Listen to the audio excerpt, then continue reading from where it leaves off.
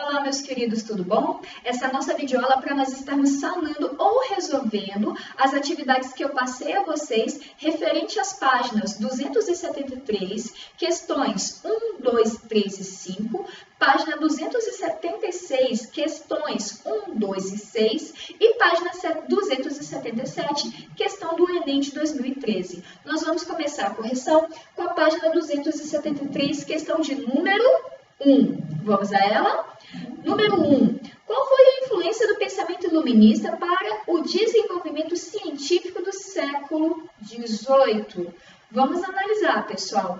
A base do iluminismo vai trazer o conceito de que a utilização da razão, obviamente, a utilização da forma de pensamento e a construção da experimentação, ou seja, da prática empírica, para o surgimento de uma conclusão em relação a alguma coisa. Lembra que nós começamos a discutir isso anteriormente?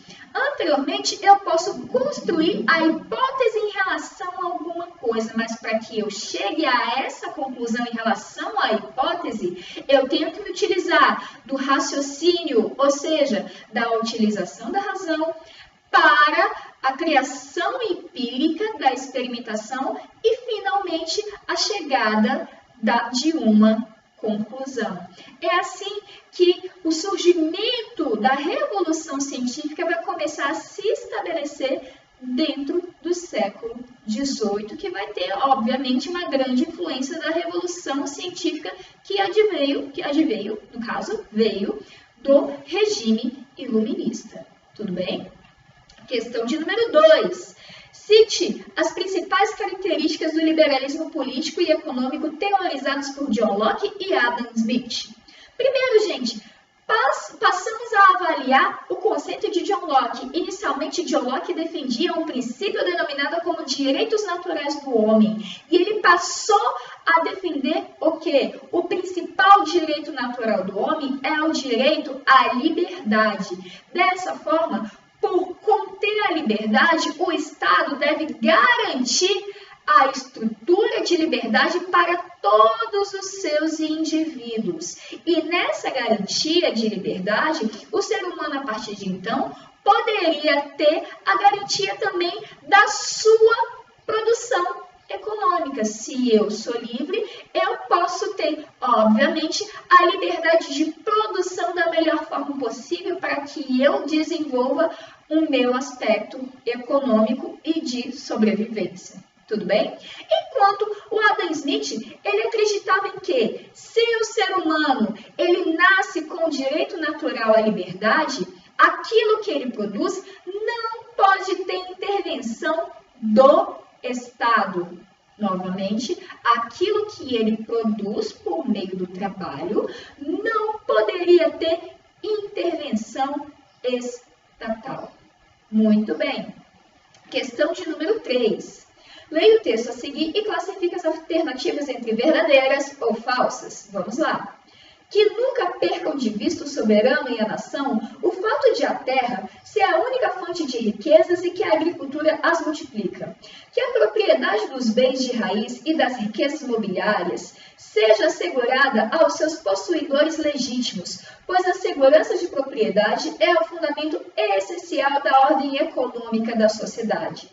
Que seja mantida a inteira liberdade de comércio, pois a política do comércio interior e exterior mais segura, mais exata, mais proveitosa da nação e ao mesmo estado consiste na plena liberdade de concorrência. François Quesnay. O autor do texto, lembre-se, questão de verdadeiro ou falso, tá bom? Letra A. Defende políticas econômicas liberais? Sim, pessoal. Ele passa a retratar no texto o conceito de liberdade para produção. Questão verdadeira. Letra B. Relaciona a riqueza das nações às atividades agrícolas? Sim, pessoal. Ele passa a dizer que as liberdades individuais podem vir por meio de uma produção agrícola que pode trazer a vinda de riquezas. Questão B. Item B está correto. Letra C. Defende as prescrições mercantilistas praticadas na Europa. Vamos voltar um pouquinho lá no primeiro ano para analisar quais são as práticas princípios, os conceitos das práticas mercantilistas. Vamos relembrar: metalismo, protecionismo, balança comercial favorável e colonialismo. Vamos usar, por exemplo, o metalismo e o colonialismo. O metalismo é o acúmulo de riquezas. Você conseguir uma riqueza extraindo metais preciosos. Enquanto o colonialismo, por exemplo, ele é utilizado como forma das melhores explorações das colônias. Muito bem. Concordam comigo que eu me utilizar de acúmulo de metal e exploração de novas terras é uma forma de riqueza fácil? Eu me utilizei de práticas de trabalho, como por exemplo, desenvolvimento agrário, para eu poder me manter e assim conseguir a minha produção de riquezas, obviamente? Óbvio que não, gente. Então essa questão ela tá falsa, tá legal? Porque a ideia mercantilista, no caso desses dois princípios do metalismo e do colonialismo, é a busca de riqueza fácil. Você não tem trabalho para conseguir acumular riquezas. Ou seja, você não tem uma produção. Então, essa questão está errada. Letra D. Defende os direitos exclusivos da burguesia à propriedade de terras. Somente os burgueses tinham direito à liberdade de produção de terras, ou seja, de adquirir terras? Claro que não, gente. Nós vamos voltar àquilo que John Locke dizia dos direitos naturais. Todos os seres humanos nascem com direitos naturais à liberdade. Então, todos os seres humanos possuíam o direito de produção, ok? Não somente a burguesia. Letra E. Relaciona a ordem econômica da sociedade ao direito de propriedade. Correto, tudo bem? O direito de propriedade deve ser defendido pelo Estado e a partir desse instante o indivíduo vai ter o direito de produzir, mas sem ter a intervenção desse Estado, no caso do conceito do liberalismo. Logo, a sequência, né, da letra A até a letra E é: letra A, verdadeiro. Letra B, verdadeiro. Letra C, falso. Letra D, falso. E letra E, verdadeiro. Agora, ainda nessa mesma página, que é a 273, nós vamos para a questão de número 5. No absolutismo ilustrado, a principal mudança operada no campo da teoria política do absolutismo clássico defende na redefinição da natureza do poder do príncipe, ou seja, do monarca, ficando intacto o Estado em si. Trata-se de modificar os métodos e objetivos da ação do Estado através da ampliação da esfera da governamentalidade, a qual se expressa a nível ideológico pela afirmação de que o príncipe é apenas o primeiro servidor do Estado. Algo bem diverso, portanto, daquela afirmação geralmente atribuída a Luís XIV, l'État est moi. Muito bem. A maior parte das monarquias europeias vigentes no século XVIII implantou uma série de reformas inspiradas nos ideais iluministas. Entretanto, é correto afirmar que os déspotas esclarecidos não abriram mão do absolutismo tradicional porque serviam ao Estado e aos interesses do povo. Gente, o conceito de absolutismo sempre serviu aos interesses do povo? Lembre-se sempre, se servisse ao interesse de toda uma classificação social, eu poderia dizer que o terceiro estado, que era a base, no caso camponeses ou mesmo a camada pobre, teria os mesmos direitos que o clero e a nobreza. Então o absolutismo não defendia isso, ok? Letra B. Continuavam se identificando com o Estado. Basicamente, o que ele está dizendo nesse item é o seguinte, que o absolutismo ele estava ligado às características que o Estado deveria defender. Verdadeiro? Vamos sempre pensar que o conceito de absolutismo, vamos lá, desde a essência, é o poder concentrado na mão do monarca, do privilégio do primeiro e do segundo Estado. Então, não é a defesa de um Estado totalitário, ok? Essa questão está errada. No caso, é para escolher a correta, tá bom? Letra C. Serviam ao Estado para garantir a governabilidade, Ou seja, eles serviam o Estado para garantir a sua permanência no poder. Nós temos que levar em consideração o que nós vimos a respeito de conceitos absolutistas. A ideia do poder do rei com o poder absolutista é a garantia descendente, ou seja, de pai passado para filho. Então, você se manter no governo de um Estado não é a garantia para poder manter o poder, tá bom? Aqui, ó, serviu o Estado para garantir a sua governabilidade. Eles se mantinham no governo por conta de tradições históricas, ou seja, lembra do poder dado por Deus, que nós vimos nas aulas passadas, ou mesmo no ano passado? Então, o Estado não garantia o poder governamental. O poder governamental já vinha para as mãos daquele monarca. É por isso, e é justamente por isso que o iluminismo vai começar a discutir e a brigar. O porquê disso? Tudo bem? Questão errada. Muito bem, sobrepunham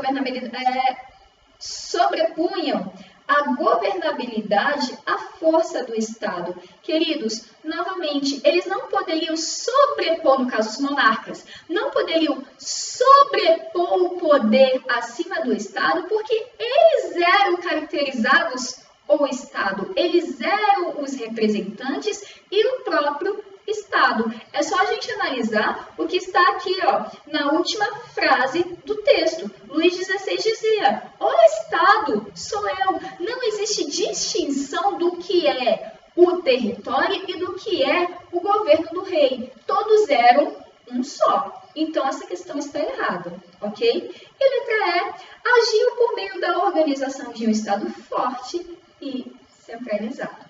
Tudo bem? Letra E é a questão correta. Eles vão se utilizar de um Estado forte, centralizado na mão do rei, para que houvesse uma organização territorial, ou seja, daquela localidade.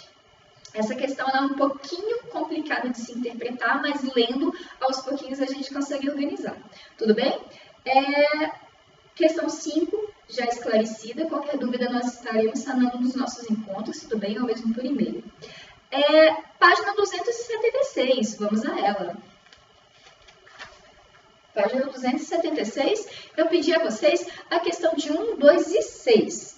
Número 1. Que fatores foram responsáveis pelo aumento das tensões políticas entre colônias britânicas e a metrópole na segunda metade do século XVIII? Vamos analisar o que vimos sobre o processo de independência das 13 colônias? O que vai trazer a grande tensão entre colônia e metrópole, que no caso era a Inglaterra, é justamente a necessidade dos ingleses em a cada vez mais fazer a prática comercial da venda dos seus produtos. E com isso, a intensificação do pagamento dos impostos em cima das colônias. Ok? Nós vamos ver mais para frente, que se eu não me engano é a próxima pergunta. Número 2. Que circunstâncias determinaram a mudança política metropolitana britânica em relação às colônias americanas? Vamos analisar o que nós já vimos anteriormente.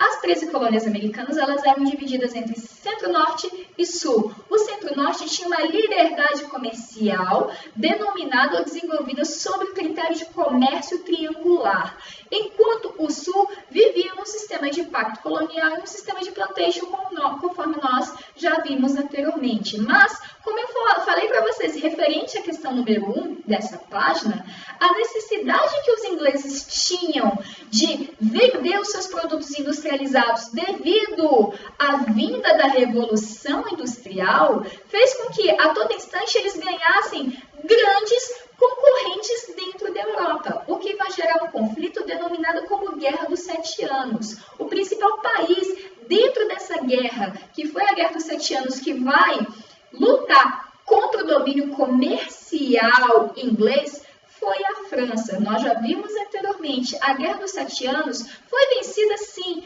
pela Inglaterra, mas devido aos gastos dispendiosos para poder manter este conflito bélico, os ingleses resolveram fazer o que eles não tinham feito anteriormente, ou seja, intensificar a cobrança de tributos, ou seja, de impostos da região das 13 colônias. Tudo bem? Então, respondendo a questão número 2, que circunstâncias determinaram mudança política metropolitana britânica em relação às colônias americanas vai ser justamente a necessidade, no caso, a metropolitana que a gente está falando da Inglaterra, tá legal? A necessidade inglesa de buscar maiores cobranças de impostos para poder arrecadar aquilo que eles perderam durante a Guerra dos 7 anos.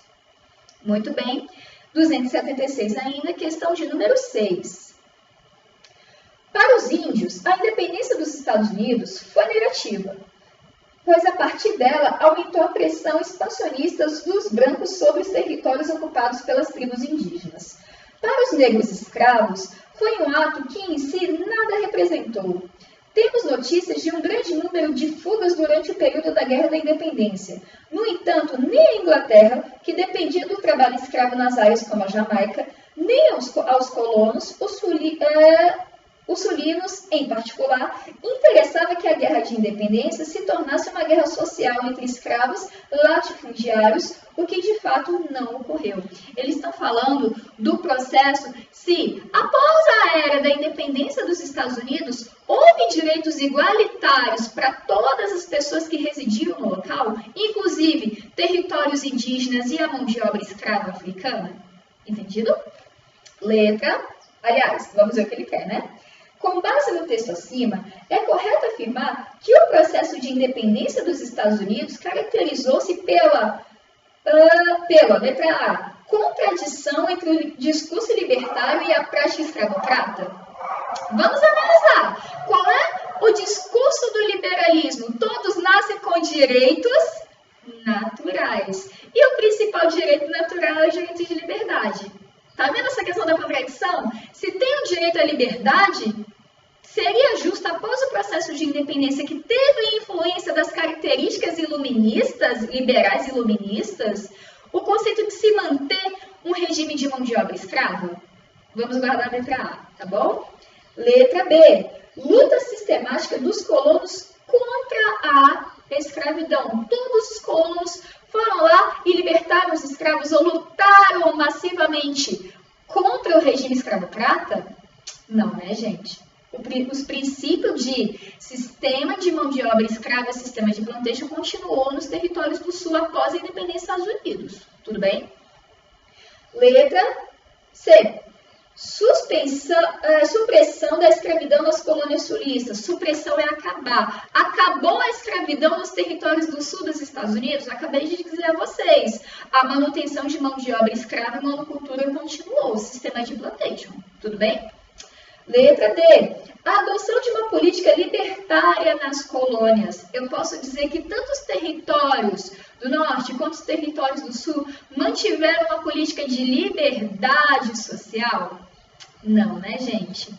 Letra E. Expansão dos territórios indígenas. O próprio texto aborda pra gente a necessidade que os americanos tiveram após o processo de independência de expandir o seu território, mas não expandir os territórios pertencentes aos povos indígenas, tudo bem? Então, a letra B, C, D e E, elas estão falsas. Logo, a questão correta é a questão de letra A. Contradição entre o discurso libertário e a prática escravocrata. Muito bem. Última página que nós temos que avaliar é a página 277 da questão do Enem. Vamos a ela. Para que não haja abuso, é preciso organizar as coisas de maneira que o poder seja contido pelo poder. Tudo estaria perdido se mesmo o homem ou mesmo o corpo dos principais, ou dos nobres, ou do povo, exercesse esses três poderes, o de fazer leis, o de executar resoluções públicas e o de julgar crimes ou as divergências dos indivíduos. Assim, criam-se os poderes legislativo, executivo e judiciário, atuando de forma independente para a efetivação da liberdade, tendo que esta não existe se a mesma pessoa ou grupo exercer os referidos poderes concomitantemente. Barão de Montesquieu, tudo bem? A divisão e a independência entre os poderes são condições necessárias para que possa haver liberdade de um Estado. Por isso, pode ocorrer apenas sob o modelo político que haja, ou seja, que exista, exercício de tutela sobre atividades jurídicas e políticas. Tutela nada mais é do que monopólio, ou seja, ele está dizendo o seguinte, que só um instante. Pode haver somente liberdade se as pessoas monopolizarem os poderes? Questão falsa. Tudo bem? É justamente isso que o Montesquieu era contra. Letra B. Consagração do poder político pela autoridade religiosa. A partir do instante que eu tenho o monopólio do poder na mão de uma classe religiosa, eu estou fazendo critério de absolutismo. Eu não estou fazendo critério de divisão políticas para garantir a liberdade social. Muito bem, isso aqui está falso. Letra C. Concentração do poder nas mãos da elite técnico-científicas. A mesma coisa, pessoal. Se eu concentro o poder nas mãos de qualquer tipo de classe social, eu tenho um poder absolutista. Eu não tenho um poder de direitos igualitários entre todos. Se eu tenho a concentração, é só vocês ligarem um conceito ao outro. Se eu tenho concentração do poder em qualquer classe social, eu não tenho por que ter o direito de divisão dos três poderes, o executivo, o legislativo e o judiciário, ok? Então, essa questão está falsa. Letra B. Estabelecimento de limites aos atores públicos e às instituições de governo. Por isso que foi criado os poderes executivo, legislativo e judiciário. Nós temos que delimitar as autoridades, as suas funções, para que as mesmas consigam organizar essas mesmas funções e assim garantir a liberdade e o direito entre todos, ok? Mas lembre-se, essa questão D, no caso esse item D, é o mais correto, mas vamos continuar a ler a próxima, que seria a letra E. Reunião, ou seja, junção das funções de legislar, julgar e executar nas mãos de um governante eleito. Novamente, o mesmo critério de sistema absolutista. Se eu tenho a reunião, a junção dessas funções, eu tenho o absolutismo, eu não tenho a defesa de uma liberdade entre todos de uma sociedade. Logo, a questão correta do Enem 2013 é letra D. Estabelecimento de limites aos atores públicos e às instituições de governo. Queridos, eu espero que essa resolução dessas questões tenha sido executada de uma forma fácil de compreensão a todos vocês, mas, em todo caso, nós estaremos sanando as dúvidas nos nossos próximos encontros ou mesmo resoluções por forma de e-mail. Um beijo e até mais.